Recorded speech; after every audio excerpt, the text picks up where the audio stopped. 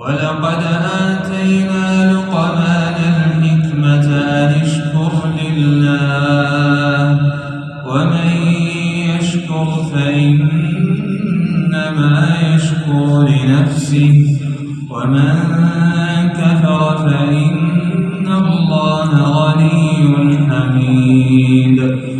وإذ قال لقمان لابنه وهو يعظه يا بني لا تشرك بالله إن الشرك لظلم عظيم.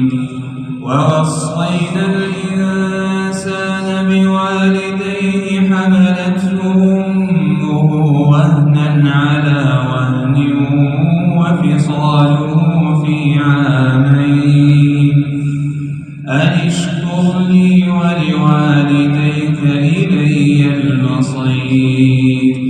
وإن جاهداك على أن تشرك بي ما ليس لك به علم فلا تطعهما وصاحبهما في الدنيا معروفا واتبع سبيل من أناب إلي ثم إلي مرجعكم فأنبئكم بما كنتم تعملون. يا بني إنها إن تك مثقال حبة من خردل فتكن في صخرة أو في السماوات أو في الأرض يأت بها الله إن الله لطيف خبير.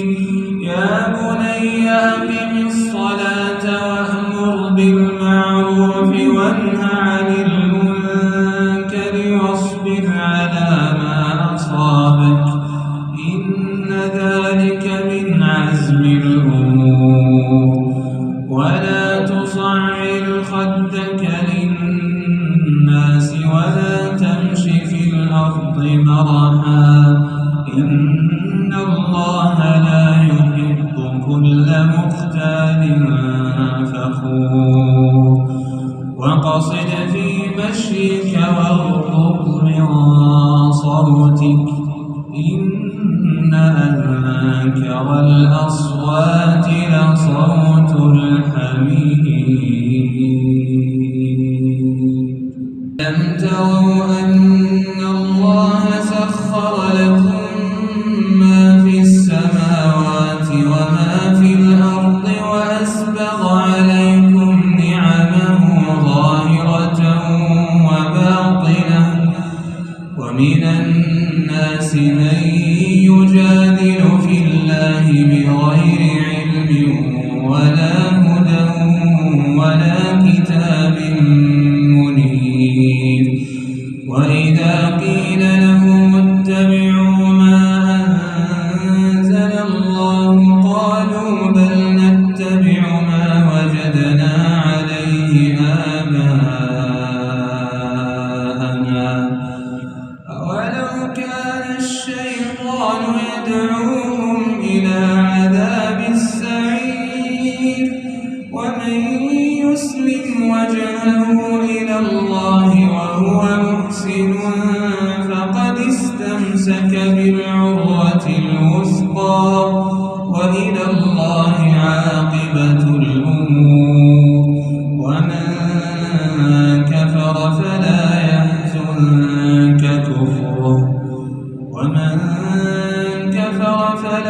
يحزنك كفره إلينا مرجعهم فننبئهم بما كانوا يعملون. نمتعهم قليلا ثم نضطرهم إلى عذاب غليظ.